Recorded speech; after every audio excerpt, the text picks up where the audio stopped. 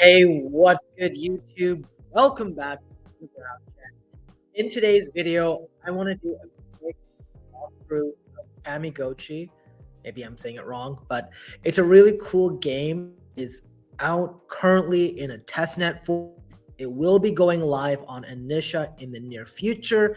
It's something that I was pretty much hooked on for the end of December, early January, trying to earn their passport. But there's some really cool things that are going on, so you might be interested in giving this a shot ahead of their mainnet launch. Now, as with everything I show on this channel, nothing is financial advice. Please do your own research. I'm just a guy on YouTube. While we're at it, make sure you follow me Twitter if you haven't already. Check my wallet out on the bank. And if you want to join the Web3 Secret Society or get a private video coaching session, links to that are down below.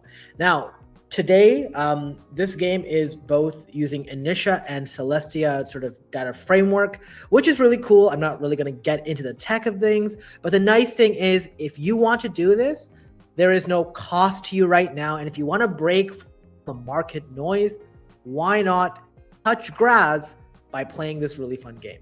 So Kamigotchi is an on-chain universe. It's currently on a testnet. They did have a campaign where if you were able to be one of the first 800 people to receive what's called 300 reputation, I'm going to show you that in a second, well, you would have earned a passport. And this passport would have gotten you a free Kami mint and access to Onyx presale, which is where Kami will be launching when it goes live. Now, that being said, because it's still early, if you get 200 reputation or more at the end of this testnet 2 phase, you can still earn a whitelist for the Kamigotchi mainnet mint. Basically, you're going to get a discount. So if you're interested, you want to play this game, check it out. Why not do it? Why are you going to watch me? Well, I've actually completed this game. I wasn't able to do it time frame to win a passport. Learned about Kamigotchi probably like right after Christmas. I think we had like 2 weeks prior to that to get to 300. I got all the way to like 285 by the time the last passport was claimed. So be it, because I know a lot of people who played the game chose to earn multiple passports. Kind of sucks, but hey, game is game. So as I posted on Twitter, I would be doing a short video walkthrough to help anyone who is interested in gaining that reputation. Now, obviously, getting 300 is a lot harder than getting 200. It's actually exponentially harder because the quests range in difficulty and they get much harder every single time. So if you're interested as well, I'm going to link to who I think is a complete Chad in this space, especially for Kamigotchi.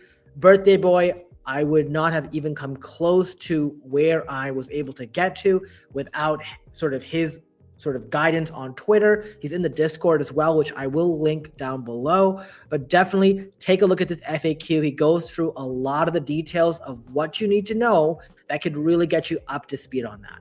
In this case, I want to do a video walkthrough, so we won't go through all this stuff. So let's get into it. Now, you're going to need a wallet, obviously. And my recommendation always is to create a burner wallet whenever you're using testnets, because you know what? You don't even need funds or anything. So you might as well create a separate wallet just to do this. So we'll hit connect. You don't see this here, but it's popping up on my Rabby wallet. To connect to a burner, I'm going to change networks here. Now we're on YomiNet. We'll now log in, Rabby wallet. Just going to sign this. You don't see that, obviously. Once I've done that, we're trying to get right here. I must register an account. So let's do that. Next. Yep. My username, the Brown Gent YouTube. Oh, whatever. We'll do that, okay? Great. So it's done that. Now that we've registered, what we'll now have to do is make sure that we get faucet. So I'll go to faucet, we'll claim. So we click on that and you claim. Perfect.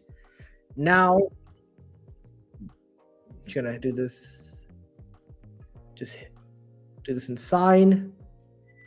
Perfect. I'm just gonna turn this music off so you can that. Now what we have to do is we're gonna hit feed. Okay, so I'm going to pick 0.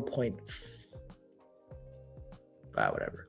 I'll just hit feed. So basically what this does is it sends money from the faucet, or sends money that I already got from the faucet to this wallet. Now that we've done that, we can play the game, okay? If you're ever curious how to fund this, go to the bottom of the screen. You see right here, you click on this little button here, and basically what you can do is you can type in, let's just type in 1 and hit drip faucet. And because I selected this, it gave me 1 Onyx. Now I'm gonna go here, and if I click this, it's gonna send it directly from the owner. So send to owner, we'll go here. Wait, what, did I screw this up? Oh, sorry, fund to operator, that's it. So by doing this, I now will send the 1 Onyx from my owner to operator account. Operator is this privy wallet you have on the system. So now I got 1.01. The beauty about this game is when you do stuff, there's a summary in the right below, and basically you see how much gas you have. So basically you don't have to do anything. It's not going to ask you for gas every 5 seconds. On the left, what we have here is basically the clock. So the clock here tells you if it's nightfall or evenfall or sort of whatever. It tells you your stamina. So basically, the way that they cap movements in this game is basically every step you take takes 5 stamina. So because we get 100 when it's fully recovered, you get 20 steps, right? There are other things that take stamina as well, which we'll talk about. But basically, you got 1 stamina every minute. So you obviously want to be very critical on what you do. Now, on the top, we have our inventory. Basically, as you get stuff, it'll go here. You have your quests. So, sorry, not here. Quest is right here, this button. And basically, my recommendation is you just accept every single quest you can. And then that way, you'll work toward it. If you do something without accepting the quest, then you're screwed. So in this case, welcome to Kamigotchi World. I'll be your guide. Start by exploring your surroundings. We're going to move around in a second, but if we have to accept the quest first and then move around. If we move around first, we're not going to get credit for that. So we'll hit accept here. The reward as well is a gotcha ticket. What a gotcha ticket does is it will give us the ability to mint a kami, which is very important. Now, we're going to accept all of the other ones. And the reason for this, and by the way, the beauty about this is you can stack all of it, right? And that will put this all in our accepted. Once we've completed, all we got to do is go to the accepted tab right here and hit complete. Okay. So once we get daffodils, for example, right here, I will click this and give 1 or give all. I'll hit complete. I will earn this number, which is reputation. That's what that K is. 5 reputation and 2 XP candy. Now, the easy ones right now. So what we want to do before I even get into these quests, right? So we can already complete this one because we are on Misty Riverside. We hit complete. What you'll notice is your reputation will go up, right? And for some reason it's, wait, I'm going to hit the accept for these quests. So we've already completed the quest mapping error. So if I click on any of these, or I put my mouse over this, you should see a 1 out of 300. Your goal is to get to 200 out of 300, okay? Now, let's click on this button on the top left. So just to be clear, account is right here. Basically shows you the wallet, sort of like the wallet address you're using, the date you signed up, how many times you've killed with your kamis, and how much musu, which is the currency you've collected. I'm not going to go into this stuff because who cares with the friend stuff. Party is all your kamis go up here. Map, I like to have this up. It shows you where you currently are on the top. And then we're right here, this green square. Orange tells you where you can move. Okay. Now there are a bunch of tiles where you can't move to. So if I put my mouse over here, like here, you notice you can never move here. Can't move here. But you can move here, here, here. So make sure you plot out how long it takes you to get to areas. This spot right here, the vending machine, is very important because this is where we get kamis from. So what I'm going to do is I want to make sure that I can complete the this unknown world quest. So basically what we're going to do is move around the map, move 3 times, and then we will get that reward. So I'm going to click this button, and it's going to move me to the next location, which is Misty Forest Path. You can see this right here. Great. I've moved 1 out of 3 times so far, just so you can see it. I'll do this a couple more times, just so you know there are some special areas. I'm going to show you one right here. It's called a shop. It requires 5 stamina. It requires 1 stamina, or like 1 movement, or 5 stamina, to enter the shop, and the same to exit. So I will currently at 90. It will go down to 85 if I enter the shop, and then 80 if I come out. We don't need anything from the shop right now, so I'm not going to get into it. So I'll click the next button, go to Torii Gate, and I'm going to explain why I did that. Firstly, you can see here that our move has been completed. We can now hit the complete button. And what will happen, as you can see in the bottom, is it's completing the quest. Okay? So once we complete the quest, fantastic. Now we've got another quest here. Make sure you always accept every single quest that comes into your queue. That is probably one of the biggest mistakes people make, is they do something and go, oh, I didn't accept the quest yet. Every time a quest comes here, accept it. By doing this and minting 1 Kami, we will get 5 reputation and 1 chocolate bar, right? So we hit accept. Once again, these are in our queue. Now, we got in our inventory a gotcha ticket. So what we want to do, you can see here, take this to the vending machine. Well, the vending machine is right here, which is why I was moving in that direction. So it'll require 10 more stamina, right? 2 moves to get there, but let's do it.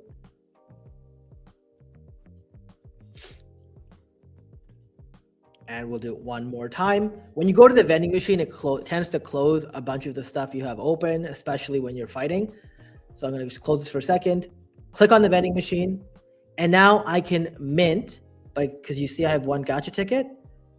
I press the 1 button, and I can hit the mint button, okay? And this one will require you to sign something. So we sign. This is our monster. This is what we're going to use to either kill other people's monsters or to farm, basically extract resources called musu. So you can see here, I have rolled Kamigotchi 13386. Click on it for its stats. You can see here, it is currently level 1. It's an insect. I'm not going to get into the types in this video. You can read the FAQ for that. Its health is right here. Its power. So basically, power means how fast it earns the currency called musu.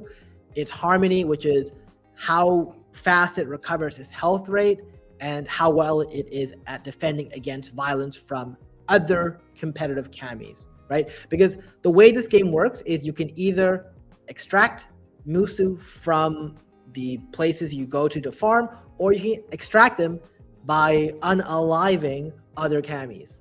And that's where the violence comes in. So basically what violence does is it tells you at what level or what threshold your kami can basically end someone else, and you basically get half of the musu they were holding on to. So it's really very, very, very neat. Now, if I want to, I can go back here and I can in fact re-roll and say, okay, I can re-roll up to 10 times. So there's no cost. We'll re-roll here. I don't like insect kamis, so it's gonna make me sign something. We'll just get that done.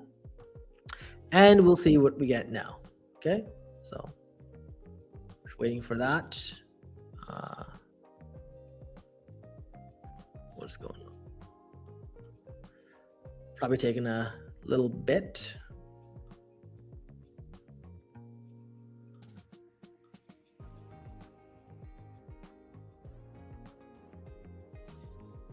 Oh, sorry. There we go.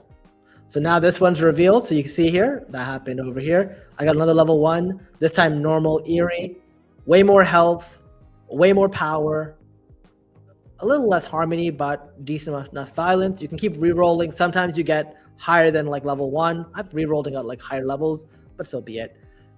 Now that we've done that, now let's move on to the next stage. You see here, as it's resting, 13.2 HP per hour goes up. Whenever it's farming, it will also lose HP. It loses HP depending on what location it's on and if it's sort of good for it or not, right? So because we have an eerie and normal type, we want to basically find and farm in locations that have these tags.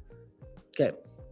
So what we'll do now is let's go back to our quests. Let's go accept this because it's here, right? Just do that. This is another quest. This one just came out yesterday, I believe, the recycling one. Now, over here, we've minted one Kami, so we'll hit complete.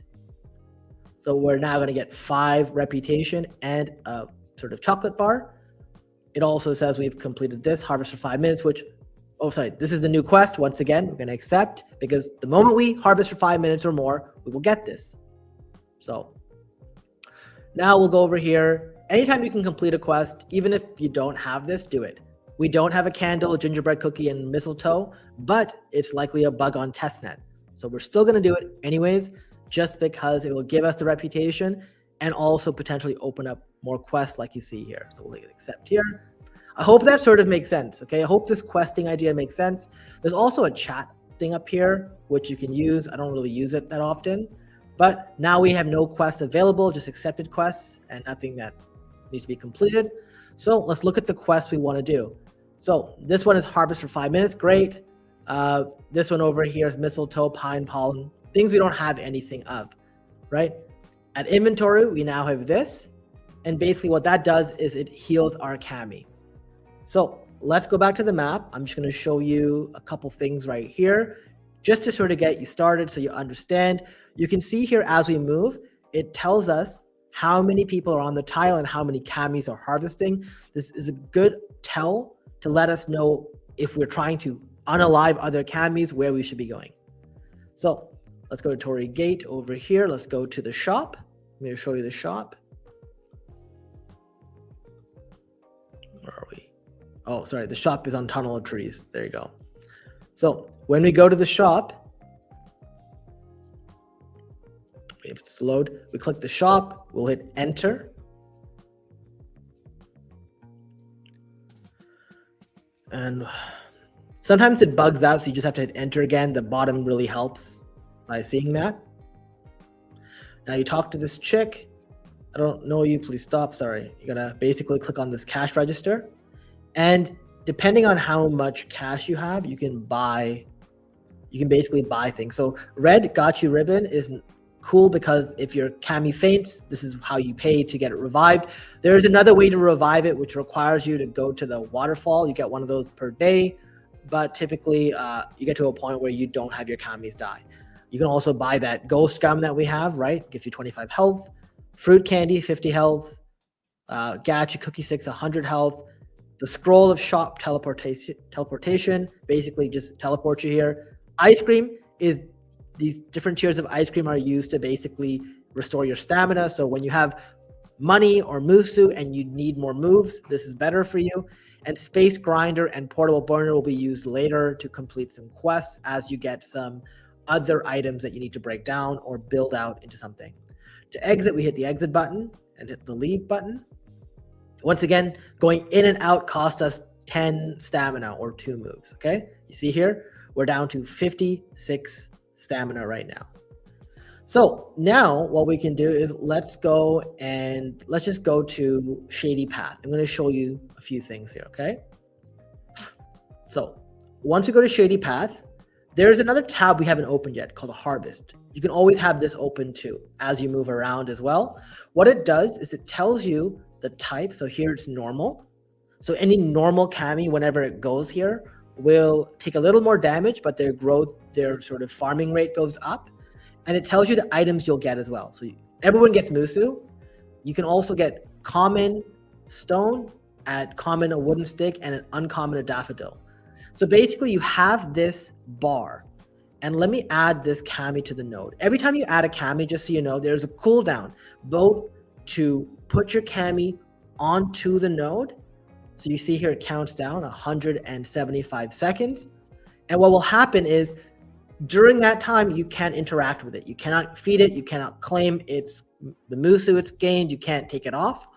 And then also once you take it off, or once you claim its Musu, it also goes on cooldown, just so you're aware. Now, while this is going on, it starts farming Musu.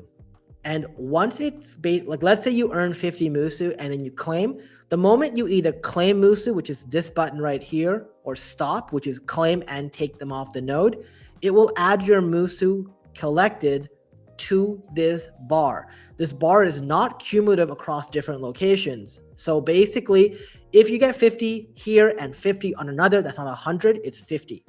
Once you hit the cap, it counts it again and again and again. So if I get like 700, then I have 3 full bars, like 3 rolls plus 100. Does that make sense? And then if you hit scavenge, once you have even more than 0 rolls, it will then give you the chance of getting any of the items up here. So when you're filling out your quests, that is how you do it. The other thing you can do is you see all these enemies up here.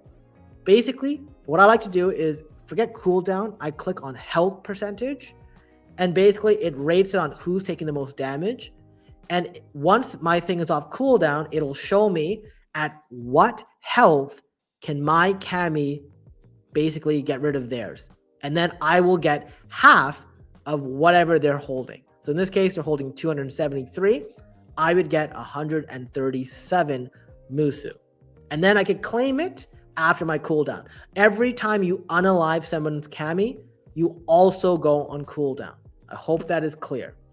Now, my plan here is obviously I'm not going to be able to answer every single corner case, but I want to give you sort of conceptually an idea of how to play this game, because obviously I don't want to make this video too long. I really want to help you get started. I found this game very addictive. I went, even though the passport thing got finished and I didn't get 300 in time, I still thought it was so cool and I wanted to play it until I got that. And I still play it here from time to time. So you see here, our cooldown is 33 seconds. Obviously, one of the other things you can do, by the way, I'm going to show you this.